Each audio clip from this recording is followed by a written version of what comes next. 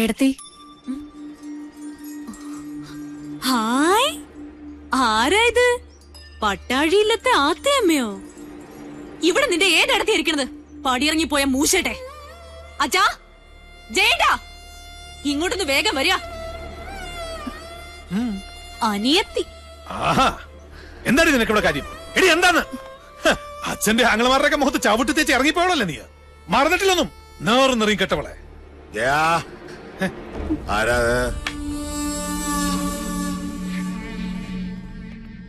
കണ്ടില്ലേ അച്ഛാ? ഇറക്കി ഇവിടെ പിഴച്ചവളെ.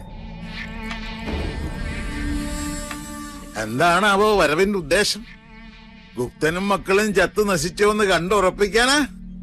അപ്പൊ ഉറപ്പാണ് അച്ഛന് എല്ലാം നശിക്കൂന്ന്.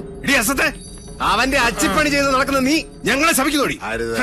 അച്ഛാ, ഈശ്വരനെ കരുതി, എന്നെ കരുതിയിട്ടല്ല, അച്ഛന്റെ ഏട്ടന്മാരുടെയും നന്മയ്ക്ക് വേണ്ടിട്ട് പറയാ. മുഖവുര വേണ്ട. മാധവേട്ടനോട് ചണ്ടയ്ക്ക് നിൽക്കരുത്, എന്റെ ഒരു അപേക്ഷയാണ്. കേട്ടില്ലേ? ഇവള് പറഞ്ഞെന്റെ പൊരുളച്ഛന് മനസ്സിലായില്ലേ? നമ്മുടെ ചോരയ്ക്ക് വേണ്ടി ഇവള് ദാഹിക്കുന്നു. ലക്ഷണം കൊള്ളാം. ആദ്യ യുദ്ധം ചെയ്യാൻ കടവ് കടന്ന് വേളിക്കാരൻ വരുന്നു, പിന്നാലെ സമാധാന ദൂതുമായി സഹധർമ്മിണിയെ പറഞ്ഞയക്കുന്നു. എന്താ ഇതിന്റെയൊക്കെ അർത്ഥം? മക്കളെ, പട്ടാഴിക്ക് ഭയം ബാധിച്ചിരിക്കണോ? മടങ്ങിക്കോളാ, ഇല്ലെങ്കിൽ നിന്റെ ശവം കൊണ്ട് അവന്റെ മുഖത്തേക്ക് വലിച്ചെറിയും. അച്ഛൻ പറഞ്ഞ കേട്ടില്ലേ? ഇറങ്ങി പൊടി മൂദേവി. കംസജന്മം എത്ര അനുഭവിച്ചിട്ടും മതിയായിട്ടില്ല അല്ലേ? ഈ അടിവയറ്റിലൊരു കൃഷ്ണുണ്ണി വളരുന്നുണ്ടെങ്കിലേ വലുതാമ ഇങ്ങോട്ട് പറഞ്ഞു വിട. ഈ ജയൻ ഇവിടെ തന്നെ ഉണ്ടാവും. ബാക്കി അവനോട്. അത്രയും ആയുസ് നിനക്കില്ല ജയ. തൊടില്ല നീ.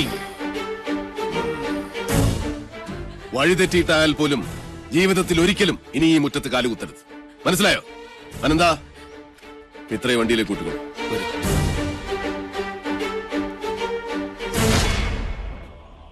ഏതൊരു പെണ്ണിനും സ്വന്തം വീട്ടുമുറ്റത്ത് വന്ന് നിൽക്കുമ്പോ ഒരു വിശ്വാസമുണ്ട്. എത്ര വെറുത്താലും അവമാനിച്ചാട്ടി ഇറക്കി വിടില്ല. നിങ്ങളത് തകർത്തു. വെറി പിടിച്ച നിങ്ങളുടെ മനസ്സ് പിതൃസ്ഥാനത്തിന്റെ മഹത്വം മറന്നുപോയിരിക്കുന്നു. സൂക്ഷിച്ചോ ചിത്രഗുപ്ത, നിങ്ങളുടെ കൈവെള്ളയിൽ 1000 രേഖ. സാവിത്രി, ഇവന്റെ നെഞ്ചു വലിച്ചു കീറി ചങ്കെടുത്തെന്റെ മുന്നിൽ വെച്ചു തരൂ, എങ്കിലേ എനിക്ക് തൃപ്തിയാവൂ. പെറ്റ തള്ളയെ വിളിച്ച് നെഞ്ചിലിടിച്ച് ഓരിയിടാൻ ഇനിയും അവസരമുണ്ടാവും. അപ്പ മതി മുക്ര. ഓ, ഇതാണല്ലേ ആ മാതാമഹൻ, കാരണവരുടെ വാടക കൊലയാളി.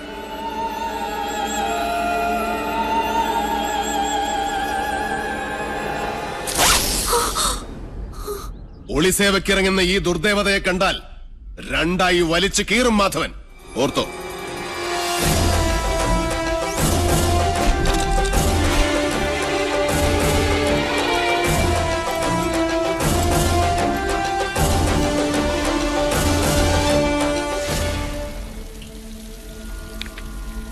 മണിയങ്കോട്ടെ കാരണവരും മക്കളും നെല്ലൂർ മനയുടെ കുറെ കരഭൂമി വെട്ടിപ്പിടിച്ച് അനുഭവിക്കുന്നുണ്ട്. അടിച്ചിറക്കണ ആസത്തുകൾ അവിടെ നിന്ന്. പടിയിറക്കി നാട് കെട്ടണ ജോലി നാളെ തന്നെ അങ്ങോട്ട് തുടങ്ങിയാലോ? നല്ലത്. അത് നാളെ തന്നെ തീർപ്പാക്കണം. വരിക.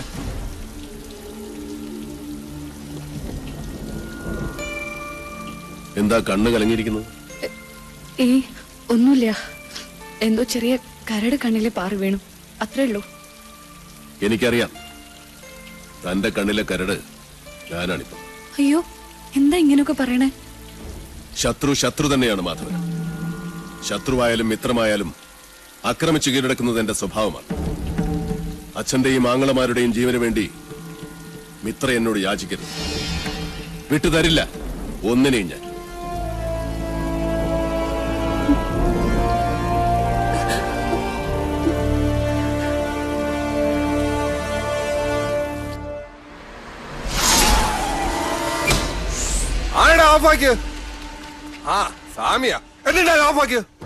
അക്ഷരമറിയാവുന്നവനല്ലേ ഈ കോർട്ട് ഓർഡർ ഒന്ന് വായിച്ചു കൊടുക്ക്. എന്താ ഇത്? നിന്നെയൊക്കെ ഇവിടുന്ന് വലിച്ചിറക്കാനുള്ള കോർട്ട് ഓർഡറാ. കൂട്ടി പൊക്കണം. സ്വയം ഇറങ്ങണോ അതോ കഴുത്തിന് കുത്തി ഇറക്കി വിടണോ? എടാ വാസു, യവന്മാരെടുത്ത് ചീന്തി ചിന്തയിടാ.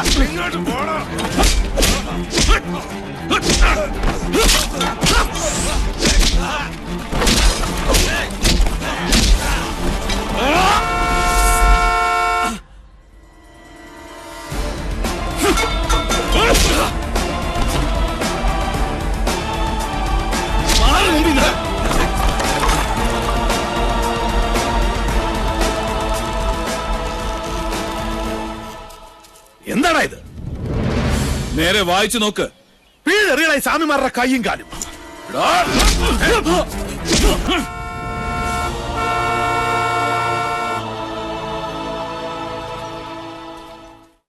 എല്ലാം നശിച്ചു, നശിപ്പിച്ചു. എന്നിട്ട് മോങ്ങിക്കൊണ്ട് വന്നിരിക്കുന്നു ചുംബന്മാര്. അമയത്തെ കഴിക്കുന്ന കഴുതകൾക്കുണ്ടാവും ഇതിലും നല്ല ഉശിര്. എന്തിനാണ് ശംഭോ എനിക്കിങ്ങനെ 3 ആമക്കള്? അച്ഛാ, എന്താ? രാജീവൻ വിളിച്ചിരുന്നു. അപ്പൊ അവരും അറിഞ്ഞു മണിയങ്കോട്ടിന്റെ അടിത്തറ അളകിയിരിക്കുന്നെന്ന്. സ്വത്തില്ലാത്ത മണിയങ്കോട്ട് നിന്നും അവന് പെണ്ണു വേണ്ടാത്രേ.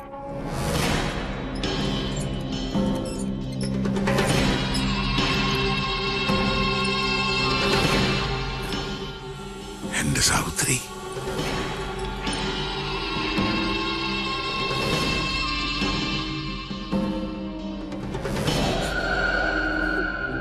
എപ്പോഴൊക്കെ നിന്റെ കണ്ണു നിറഞ്ഞു കണ്ടിട്ടുണ്ടോ അപ്പോഴൊക്കെ ഈ ഗിരീശൻ മനസ്സ് കല്ലാക്കിയിട്ടുണ്ട്.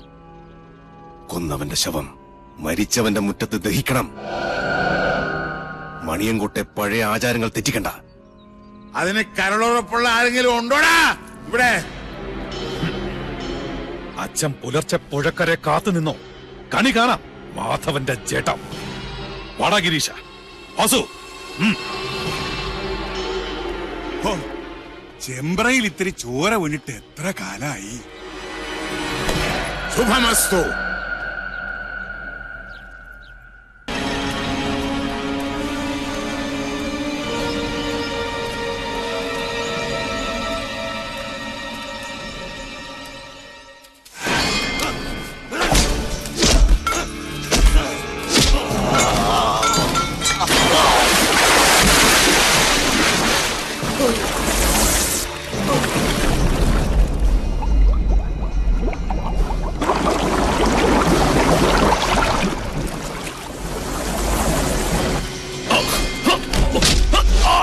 ചാകുന്നതുവരെ നിന്നെ ഞാൻ കൊല്ലും.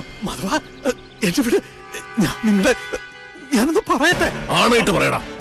എന്റെ കുഞ്ഞുണ്ണിയെ ഈ നീർക്കുഴിയിലിട്ട് കൊന്നത് നീയല്ലേ? ജന്മം പിഴച്ച ദുഷ്ടനും മന്ത്രമില്ലാത്ത ദുർദേവതയും നശിക്കും. ഭൂമിയിൽ നശിക്കണം.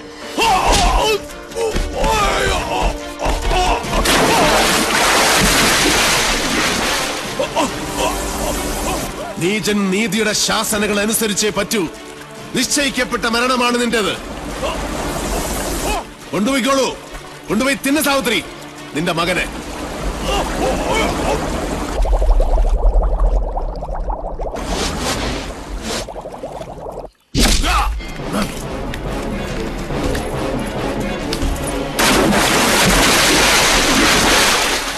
നീ പോ മാധവ. നിന്റെ ശവവും കാത്ത് എന്റെ അച്ഛൻ ചെമ്പ്രപ്പുഴക്കരയിൽ കാത്തു നിൽപ്പുണ്ട്. ഓ മുങ്ങിച്ചാവ്.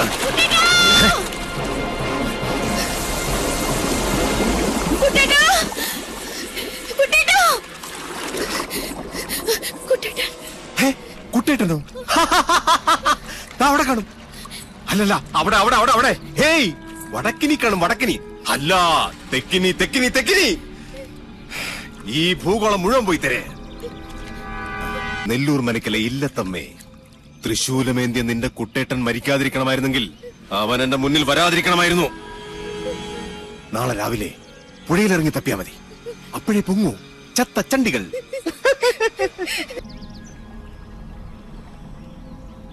കൊച്ചമ്പ്രാൻ അംഗം ജയിച്ച് ഇപ്പം എത്തും തിരുമേനി. എന്നിട്ട് എവിടെയോ വിജയജ്യോതി? കൈപിഴയ്ക്കാതെ കാര്യം നടന്നാ അച്ഛനെ അറിയിക്കാൻ അക്കരെ നിന്ന് ടോർച്ച് തെളിയിക്കാന്ന് പറഞ്ഞാണല്ലോ ഗിരീശൻ. ഇക്കണ്ട നേരമായിട്ട് തെളിഞ്ഞില്ലേ ആ ജ്യോതി? അത് ഇപ്പൊ തെളി. കണ്ടോളൂ.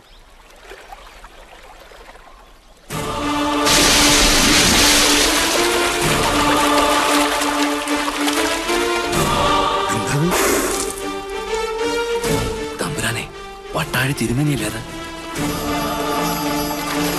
ആദ്യമായിട്ടാ നെല്ലൂർ കുളത്തിൽ വീണ ഒരാൾ ജീവനോടെ. തമ്പുരാനെ,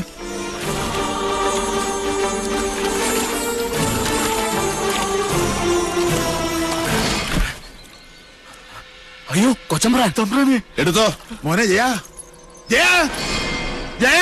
വിളിക്കണ്ട. വിളി കേൾക്കില്ല. മഹാഭാവി, എന്റെ മോനെ നീ എന്ത് ചെയ്തു? എന്റെ കുഞ്ഞുണ്ണിയെ ഈ ദുഷ്ടനെയും കുളത്തിലിട്ട് കൊന്നു മണിയൻകോട്ട് സാവിത്രി. അങ്ങനെ വിശ്വസിക്കും. അതാണ് ശരി. നോണ, നീയാണ് കൊന്നത്. ആ കുറ്റം ഞാൻ ഏൽക്കണമെങ്കിൽ എന്റെ കുഞ്ഞുണ്ണിയെ കൊന്നത് ആരാണെന്ന് കാരണം അവര് പറയണം.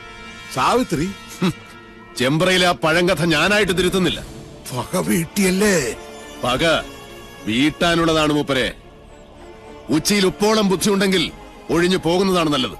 എന്റെ ജീവനിൽ ഇടപെടരുത്. ഇതുകൊണ്ടൊന്നും തീരില്ല. കാരണവരെ, എന്റെ കുഞ്ഞുണ്ണിയെ കൊന്നതിന്റെ കണക്ക് ഞാൻ ചോദിക്കാൻ പോകുന്നതേ ഉള്ളൂ.